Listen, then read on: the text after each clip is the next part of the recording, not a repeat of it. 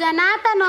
कि एगो अरखी के करे लइका फइका होखे वाला बाटे ओकरा नि कगो लइका लेके पैदा करके ध देले बानी राड़ो खा ले तली घर में न ओतने में दुनिया बाटे मन करता कि ध के मार दे कि मरिए जस राड़ी। बताओ काम कर कर के हमार पूरा चेहरा के रौनक भाग गइल ऐसने रही हम कल के डेट में कैसन हो गई काम कर कर के अभी तक से रानी घर में सुतल बिया। बताओ सुबह से उठ के गोबर पानी गाय के लेहना भूसा कोई नहीं है घास निकल बैठल बैठल इहो ना कोड़ सकेले हैं जब देखा तब खाली सुतल रहती है जाई नु अगर घरे खाना नहीं बनल होखी तो ध के झोटा पटक दे कि राणो मरिए जाई हां कि ये त कपार पे कबा हटल ये तो 1 रुपया कर बाप कह के हऊ अनहरा बाटे से ओकर बाप 1 रुपया तिलक कह के नहीं देलस ये हमार सास ससुर मार खा खाई रहस उठा के लिए ने गोर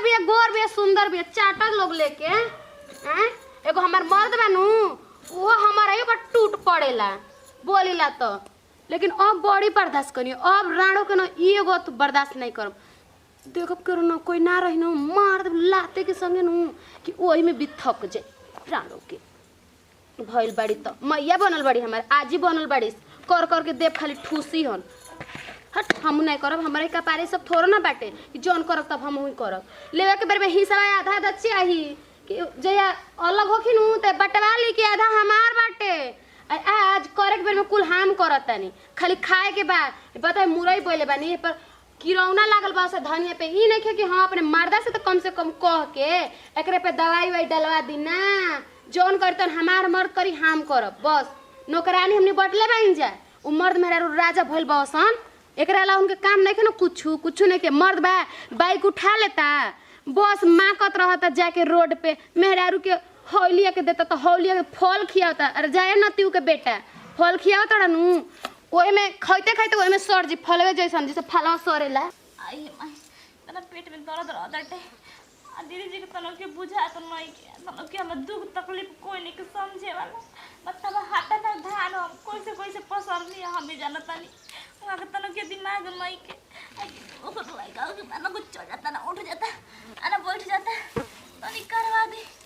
खाले बोलत रह तड़ी ताना मारत रह तड़ी होई कर रे हो कर रे छोट हो के नौकरानी रह गई घर में ए माई मन तो कहता कि चल जाई हम नहीं हर लेकिन नहीं खी भेजे तो कोई भेजते नहीं कि हमारे खाली नौकरानी खट न सो से उठ जाता न बैठ जाता रोज के पेट में था तेज हो जाता ना अब मोटो से फोन कॉल आनी ना के जी दवाई तनी भेजवा दी कोई से किनवा दी ना दर्द रहता वो कहता ठीक बा हम दवाई भेजवा देता नहीं लेकिन लोग करो कहां बटे कि दवाई भेजवा दी अरे माई दादा ई बुदुआ मन लगा फेक रहता सन तनी ओहनी से कह देती कि ना रे तई पसरवा दो सन लेकिन भगवान पहिले एगो लइका देले बड़ा करे के बरिया ना हम तो कलीफ सहे के पड़तटे अजन दो तीन गो होए से तब कह कथा तो कलीफ सहे के पड़ी अरे माई हाथ या तन की काम करत तनी त एकदम से हम भी धान पसर के बर्तन माजे के बर्तन माज के रख दे फिर साँझ 12 माजे खाना बनाओ कोई के हमार चिंता फिकर नहीं खेता अरे कैसे हम पास सारी उठ के बैठ लेके जाता अयो माई या अरे दादा अरे पेट हाथ ना निकल गइल बटे अरे कम निकल ना इतना तो बैठ ये बस ना पल जाता ना पसर हो जाता टे देखो लाते सिक कर देता धीरे हाथ लाते तो कोई नहीं हनी और तन की बात नहीं कर देता नहीं तो कोई सन कोई आज न तो कोई न कि नहीं कर दे काम हई रे हो रे पूरा गांव में मलहरा लगाओ चलो तड़ी कि हई नहीं कर काम खाए के नहीं दे पिए के नहीं के दे पता ना हम कोई कर दी बाप रे एकदम थाक गल बनी हाथ ना करत हाथ ना पसरनी मजा नहीं जातन तन की आराम कर ले बनु ओकर बाद फिर उठम न झारम बहारम जौन करे क्या अपन करम माई क्या होता है इन्हीं के गोबर तो डालले नहीं खे बताओ अभी कुछ डाल दिले बने लो खाली मोथा बथुआ कहो खाइल भइल बा कि नहीं बरा और कुल मोय घास हो से कबार के यही तरी उठा के डाल देते हैं उनका मेहरारू से खाली लसर फसर ले चिंते नहीं खे रहत हैं हमार दाज करते हैं हम छोट बानी तो तनी घूमी फिरी ना आई दोनों जना राज करतने हई माटी वाला मार हई गाय के डाल देले बने लो हई नाद में हई माटी खाली से हई नाद में बरा जा तनी तब नु बताव तनी हैं खा लो तो हम लोग के लगले हम उपाय करतनी हई झाड़ी ओर के डालतनी हैं बताव ना हई कुल खाली अत्याचार करतने हमरा मेहरारू पे आ हई बताओ हई डलले बने लो हई कुल हई एथी खा लो हई नाद में हई माटी खाली से हई गरू आई उनका ये तन नहीं बुझात खाली मेहरारू के कहल करतने चलो हम देखतनी का करतने उनका के तब पूछतनी हम आई अरे आई दादा ये तो हमसे कॉल चलत नहीं है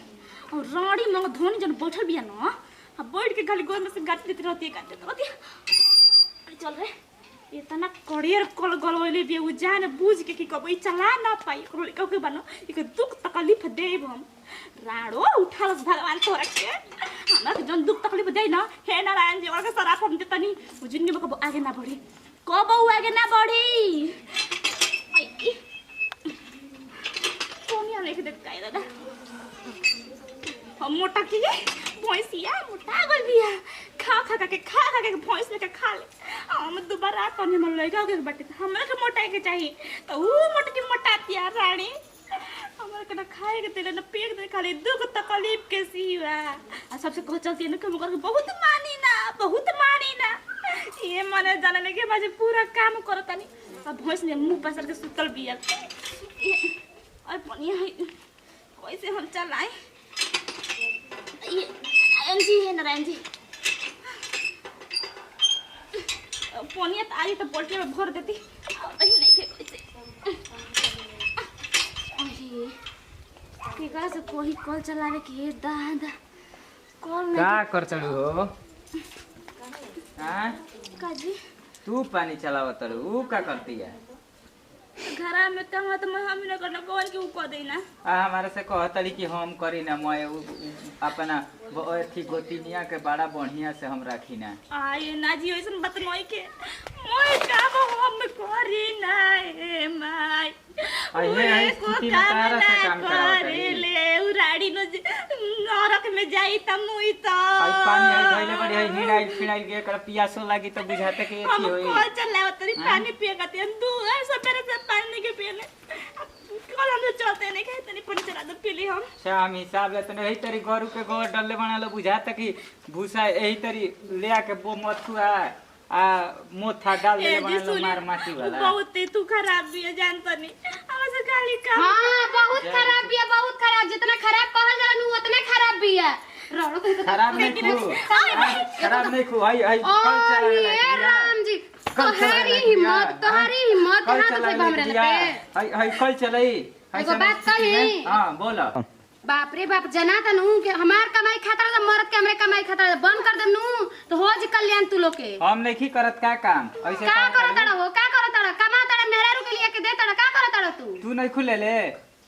हमरे मुंह मत लगा आ जाओ तो भैया ने तो हम बताओ तनी तो जा कर चलो तू चल आराम कर त चलो हां ले जा बेटा गोड़ दबा के गोड़ मेहर माऊ कहीं कत मेहरी के कोरा में कवारी में भर के लेके जात हुआ दबा दिया गोड़ वाले जाके पलंगिया पे यही कहल गइल कि ऐसा मर्द रही नु तो घर बहुत जल्दी बिला जाए आज हमरो मर्द आवत नु ओकरो के आज हम बतावत तनी देखिए ना जी अब हमसे बर्दाश्त नहीं को जितना बोल देते नहीं ना हम लड़की सब बात एक काम करते जब तक हमारा लड़का ना हो जाता ना तब तक हमारे को नौयर पहुंचा देना जी हम तो सोचले ना रहे कि ऐसे वो कही है करी है रोवा तो ऐसे रोवा कौन के बोल देते नहीं उनका के रोवा चुपचाप रह जाता अब बताओ बड़ बाड़ी तो अब उनका से हम कतना एथी करी तो उतना कहले बनी तब हमरा डरे लगता कि भैया आई है त का करी है जुड़े के घर पोरे काटी आज बड़ी हुआ के बताओ ऐसन स्थिति में वो बोले के चाहिए हैं देखिए 7-8 महीना हो गल बेटे आ 1-2 महीना में नौयर पहुंचा दे मुझे रह ले जी हम ना अच्छा रह हम कोनो व्यवस्था करत तनी रुको ठीक बा हम आवत तनी तो गांव में से पता हो तो व्यवस्था कह के हां तू कह दे दे मोबाइल मोबाइल कह दो हम चल तनी व्यवस्था कोनो करत तनी ल है तू ठीक बा जाना अच्छे से हां जाना से हां आराम से जल्दी आवत तनी रुको हम आवत तनी क्या करी व्यवस्था कोनो करही कि न परी कोई से ना हमारे घर में बियाह करवा देला न सुख से ना दुख रोटी मिलता न चैन से रहता नहीं न चैन से खाता नहीं न पियता न सुख मिलता भाई भी फोन करके कह देते ना कि हमारे के पवन के लेके चले यहाँ से हम ना रो भी माई भी फोन लगा ले तो नहीं अब कह देंगे हमें ले चलो अपन हम ना रो भेजे हेलो अरे माई से तू बतिया बताइस तू का सोच ली कि कला पहले झमक के आ गई तो तोरा के छोड़ देनी तो ये सोच ले हईस नहीं जीरो वाला जो करे तो ठीक नहीं के करत का करत तनी रे कि ठीक ना की करत अभी ना करता नहीं अब करब समझ में आइल आई पहले मोबाइल ना दे दीदी के मोबाइल माई से बतिया तड़ू त धय के जाने होत ले बड़ी अगर मार दा के आगे बाद चुमुकत आवत तड़ी हिस रे हैं तो बच्चा पैदा हो सोचा तनी के देख दीजिए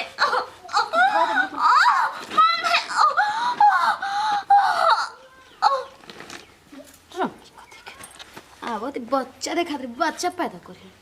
मार दे जान से इनका तू जानत नहीं खूब कितना अरे ये क्या कर देले करे का कर देनी जोन करे के चाहिए तो ओने कर देनी हां चल लोग का कहलो लोग का लोग का कहिए को तो मर गेल पेट में दर्द रहे मर गए सुन ना का कहता है मर गए ओकर मर्दा जे नु कोई के कैसे मर गेल कहां गइल बा केन कहां गइल बटे हम एक काम करते हम रोत जरूर ओकर बगा के आई ठीक रो तब अरे बुझिया रे अरे बुझिया रोड को मोर जगह झूठी खाली गाँव लगे देखावे खाती के नंबर होते अरे बुझिया हमार मर गेले देवर जी अरे रे बोलो का भाई जी कर के तुम रोई अपन आस जियान करब हैं मर गेल मर जा अरे गाँव वाला झूठे जाओ